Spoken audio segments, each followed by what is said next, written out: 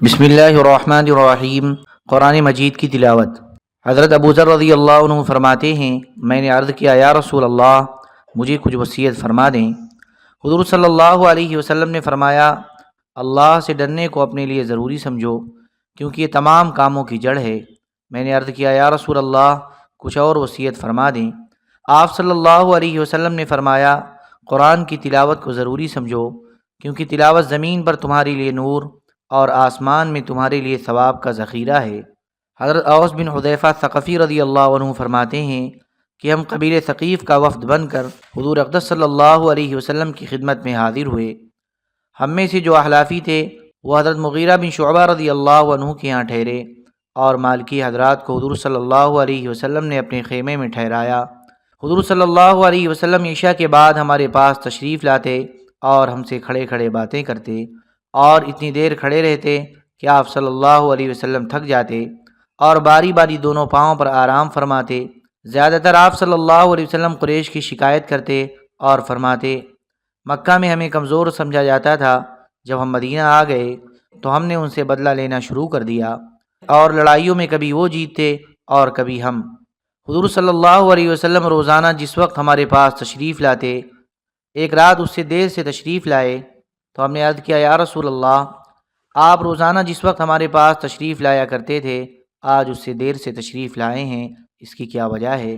آپ نے فرمایا، میں نے قرآن کریم کی مقدار روزانہ پڑھنے کے لیے مقرر کر رکھی ہے، وہ آج کسی وجہ سے پوری نہ ہو سکی، اس لیے میں نے چاہا کہ اسے پورا کر کے پھر آپ لوگوں کے پاس آؤں۔ اگلے دن صبح کو ہم نے حضور صلی اللہ علیہ وسلم کے صحابہ سے پوچھا کہ انہوں نے قرآن کریم ختم کرنے کے کتنے حصے بنا رکھے ہیں۔ انہوں نے بتایا کہ قرآن ختم کرنے کے لیے 7 حصے بنا رکھے ہیں۔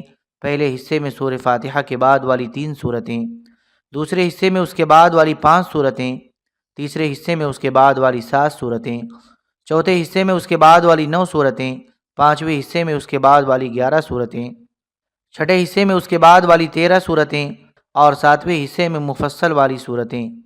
ابو داؤد کی روایت میں یہ ہے کہ حضور صلی اللہ علیہ وسلم نے فرمایا، اسے پورا کیے بغیر میں آ جاؤں، اسے میں نے اچھا نہیں سمجھا۔ حضرت مغیرہ بن شعبہ رضی اللہ عنہ فرماتے ہیں، حضور صلی اللہ علیہ وسلم مکہ اور مدینہ کے درمیان ٹھہرے ہوئے تھے کہ اتنے میں ایک آدمی نے حضور صلی اللہ علیہ وسلم سے اندر آنے کی اجازت مانگی۔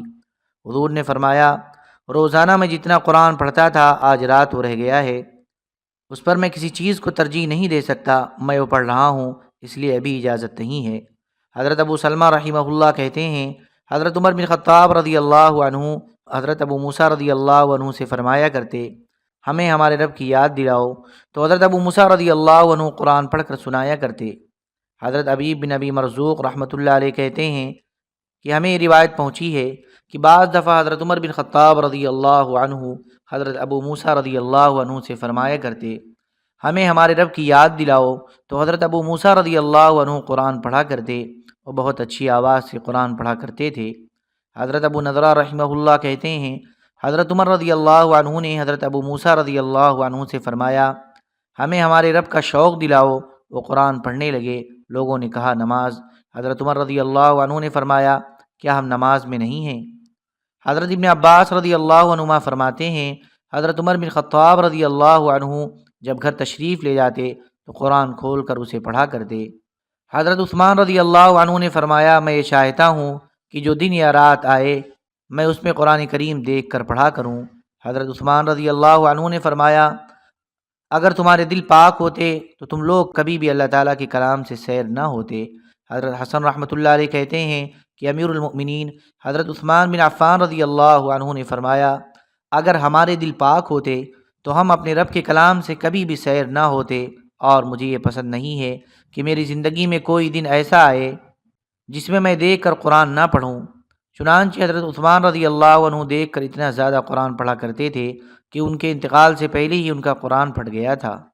حضرت ابن مسعود رضی اللہ عنہ نے فرمایا، ہمیشہ دیکھ کر قرآن پڑھا کرو۔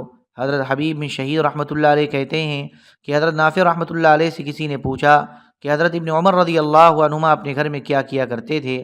انہوں نے کہا، جو وہ کیا کرتے تھے لوگ اسے نہیں کر سکتے، وہ ہر نماز کے لیے وضو کیا کرتے اور ہر 2 نمازوں کے درمیان قرآن پڑھا کرتے۔ حضرت ابن ابی ملیکہ رحمہ اللہ کہتے ہیں، حضرت اکرمہ بن ابی جہل رضی اللہ عنہ قرآن لے کر اپنے چہرے پر رکھا کرتے اور رونے لگ جاتے اور فرماتے یہ میرے رب کا کلام ہے، یہ میرے رب کی کتاب ہے۔ حضرت ابن عمر رضی اللہ عنہما نے فرمایا جو نبی کریم صلی اللہ علیہ وسلم پر ایک مرتبہ درود بھیجتا ہے اس کے لیے 10 نیکیاں لکھی جاتی ہیں، اور یہ بھی فرمایا کہ جب تم میں سے کوئی آدمی بازار سے اپنے گھر واپس آئے تو اسے چاہیے کہ وہ قرآن کھول کر پڑھا کرے، کیونکہ اسے ہر حرف کے بدلے 10 نیکیاں ملیں گی۔ دوسری روایت میں یہ ہے کہ حضرت ابن عمر رضی اللہ عنہما نے فرمایا اللہ تبارک و تعالی اس کے لیے ہر حرف کے بدلے 10 نیکیاں لکھیں گے۔ میں یہ نہیں کہتا ہوں کہ الف لام میم پر 10 نیکیاں ملیں گی، بلکہ الف پر 10 نیکیاں ملیں گی اور لام پر 10 اور میم پر 10۔ دن اور رات میں، سفر اور حضر میں قرآن کریم کی صورتیں پڑھنا۔ حضرت عقبہ بن عامر جوہنی رضی اللہ عنہ فرماتے ہیں میری حضور صلی اللہ علیہ وسلم سے ملاقات ہوئی تو حضور نے مجھے فرمایا اے عقبہ بن عامر، جو تم سے تعلق توڑے تم اس سے تعلق جوڑو، جو تمہیں محروم رکھے اور تمہیں نہ دے تم اسے دو، اور جو تم پر ظلم کرے تم اسے معاف کر دو۔ اس کے بعد میری حضور صلی اللہ علیہ وسلم سے پھر ملاقات ہوئی تو مجھ سے فرمایا اے عقبہ بن عامر، کیا میں تمہیں چند ایسی صورتیں نہ سکھا دوں کہ ان جیسی صورتیں اللہ تبارک و تعالیٰ نے تورات، زبور، انجیل اور قرآن کسی میں بھی نازل نہیں فرمائی، اور میں ہر رات انہیں ضرور پڑھتا ہوں۔ قل هو اللہ احد، قل اعوذ برب الفلق اور قل اعوذ برب الناس۔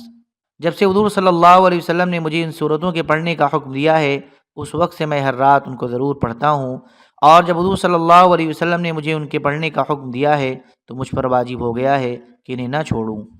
حضرت عائشہ رضی اللہ عنہا فرماتی ہیں حضور صلی اللہ علیہ وسلم جب رات کو اپنے بستر پر تشریف لاتے تو قل هو اللہ احد اور قل اعوذ برب الفلق پڑھ کر دونوں ہاتھوں کو ملا کر اپنے اوپر دم کرتے، اور جہاں تک ہو سکتا دونوں ہاتھ سارے جسم پر پھیرتے، اپنے سر، چہرے اور جسم کے اگلے حصے سے اس کی ابتدا فرماتے، اور اس طرح 3 مرتبہ فرماتے۔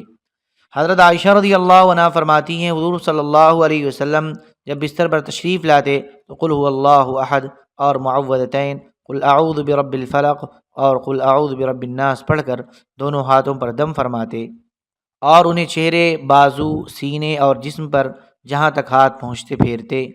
جب حضور صلی اللہ علیہ وسلم کی بیماری بڑھ گئی تو آپ نے مجھے حکم دیا کہ میں آپ صلی اللہ علیہ وسلم کے ساتھ اس طرح کروں۔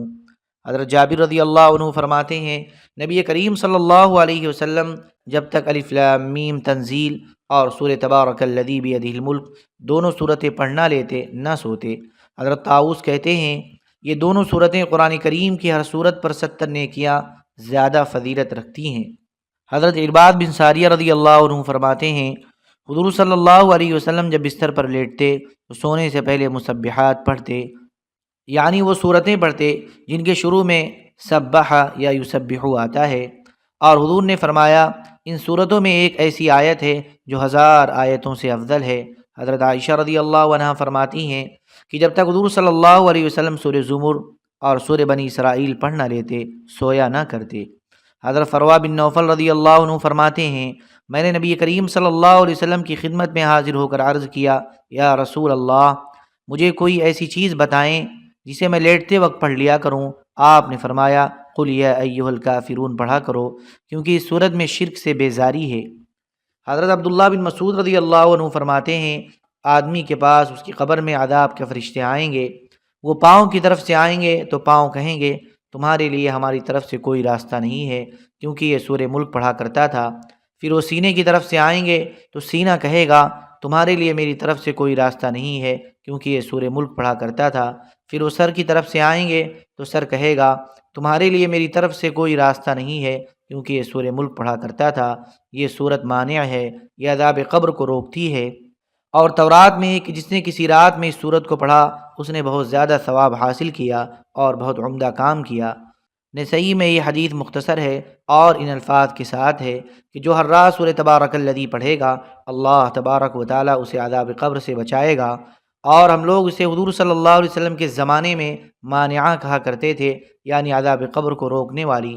اللہ تعالیٰ کی کتاب میں یہ ہے کہ یہ ایسی صورت ہے کہ جو اسے ہر رات پڑھے گا وہ بہت زیادہ ثواب کمانے والا اور بہت عمدہ کام کرنے والا ہوگا۔ حضرت عمر بن خطاب رضی اللہ عنہ نے فرمایا جو شخص سورہ بقرہ، سورہ آل عمران اور سورہ نساء کسی رات میں پڑھے گا اسے قانتین یعنی فرما برداروں میں لکھ دیا جائے گا۔ حضرت جبیر بن مطعم رضی اللہ عنہ فرماتے ہیں حضور صلی اللہ علیہ وسلم نے مجھ سے فرمایا، اے جبیر، کیا تم یہ پسند کرتے ہو کہ جب تم سفر میں جایا کرو تو تمہاری حالت سب سے اچھی اور تمہارا توشہ سب سے زیادہ ہو؟ میں نے کہا جی ہاں، میرے ماں باپ آپ پر قربان ہوں۔ آپ صلی اللہ علیہ وسلم نے فرمایا، تم یہ 5 صورتیں پڑھا کرو، قل یا ایھا الکافرون، اذا جاء نصر اللہ والفتح، قل هو اللہ احد، قل اعوذ برب الفلق اور قل اعوذ برب الناس۔ ہر صورت کے شروع میں بسم اللہ الرحمن الرحیم پڑھو اور آخر میں بھی بسم اللہ الرحمن الرحیم پڑھو۔ اس طرح صورتیں 5 ہوں گی اور بسم اللہ 6 مرتبہ ہوگی۔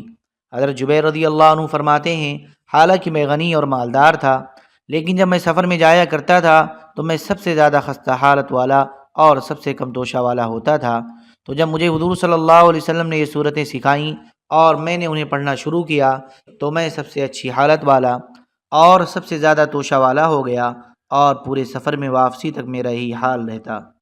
حضرت عبداللہ بن خبیب رضی اللہ عنہ فرماتے ہیں، ایک رات بہت زیادہ بارش ہوئی تھی اور سخت اندھیرا چھایا ہوا تھا۔ ہم لوگ حضور صلی اللہ علیہ وسلم کو تلاش کرنے کے لیے نکلے تاکہ آپ ہمیں نماز پڑھا دیں۔ آخر آپ صلی اللہ علیہ وسلم ہمیں مل گئے۔ آپ نے مجھ سے فرمایا کہو، میں نے کچھ نہ کہا۔ آپ نے دوبارہ فرمایا کہو، میں نے کچھ نہ کہا۔ آپ نے تیسری مرتبہ فرمایا کہو۔ میں نے عرض کیا یا رسول اللہ میں کیا کہوں؟ آپ نے فرمایا صبح اور شام 3 مرتبہ قل هو اللہ احد اور معوذتین پڑھا کرو، ان کا پڑھنا ہر چیز سے کفایت کرے گا۔ حضرت علی رضی اللہ عنہ نے فرمایا، جو صبح کی نماز کے بعد 10 مرتبہ قل هو اللہ احد پڑھے گا وہ سارا دن گناہوں سے محفوظ رہے گا، چاہے شیطان کتنا ہی زور لگائے۔ دن اور رات میں، سفر اور حضر میں قرآنی آیات کا پڑھنا۔ حضرت علی رضی اللہ عنہ فرماتے ہیں، میں نے اس منبر کی لکڑیوں پر حضور صلی اللہ علیہ وسلم کو فرماتے ہوئے سنا کہ جو ہر نماز کے بعد آیت الکرسی پڑھے گا اسے جنت میں جانے سے موت کے علاوہ اور کوئی چیز روکنے والی نہیں ہوگی، اور جو اسے بستر پر لیٹتے وقت پڑھے گا اللہ تبارک و تعالیٰ اسے اس کے گھر پر، اس کے پڑوسی کے گھر پر، اس کے ارد گرد کے چند اور گھروں پر امن عطا فرمائیں گے۔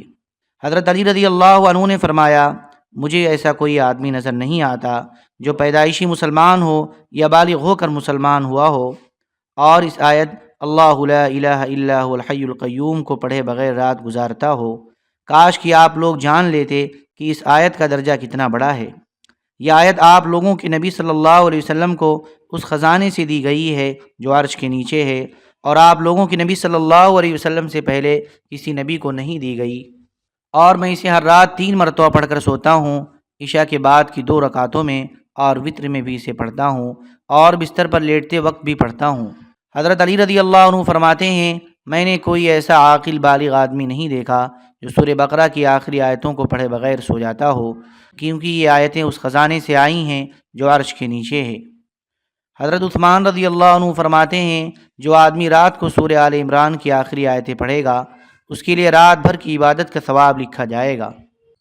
حضرت شابی رحمۃ اللہ علیہ کہتے ہیں، حضرت عبداللہ بن مسعود رضی اللہ عنہ نے فرمایا، جو رات کو کسی گھر میں سورہ بقرہ کی 10 آیتیں پڑھے گا اس گھر میں صبح تک کوئی شیطان داخل نہیں ہوگا۔ وہ 10 آیتیں یہ ہیں، سورہ بقرہ کی شروع کی 4 آیتیں، آیت الکرسی، اس کے بعد کی 2 آیتیں اور سورہ بقرہ کی آخری 3 آیتیں۔ حضرت ابی بن کعب رضی اللہ عنہ کے کھلیان میں کھجوریں رکھی ہوئی تھیں اور ان کی نگرانی کرتے تھے۔ انہیں محسوس ہوا کہ یہ کھجوریں کم ہو رہی ہیں، تو انہوں نے ایک رات ان کھجوروں کا پہرا دیا تو انہوں نے ایک جانور دیکھا جو بالغ لڑکے جیسا تھا۔ فرماتے ہیں، میں نے اسے سلام کیا، اس نے میرے سلام کا جواب دیا۔ میں نے کہا تم کون ہو، جن ہو یا انسان؟ اس نے کہا جن ہوں۔ میں نے کہا ذرا اپنا ہاتھ مجھے دو۔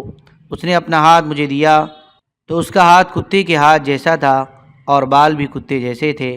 میں نے کہا جنات کی شکل و صورت ایسی ہوتی ہے؟ اس نے کہا تمام جنات کو معلوم ہے کہ ان میں مجھ سے زیادہ طاقتور کوئی نہیں ہے۔ میں نے کہا تم نے کھلیان سے کھجوریں چرانے کا کام کیوں کیا؟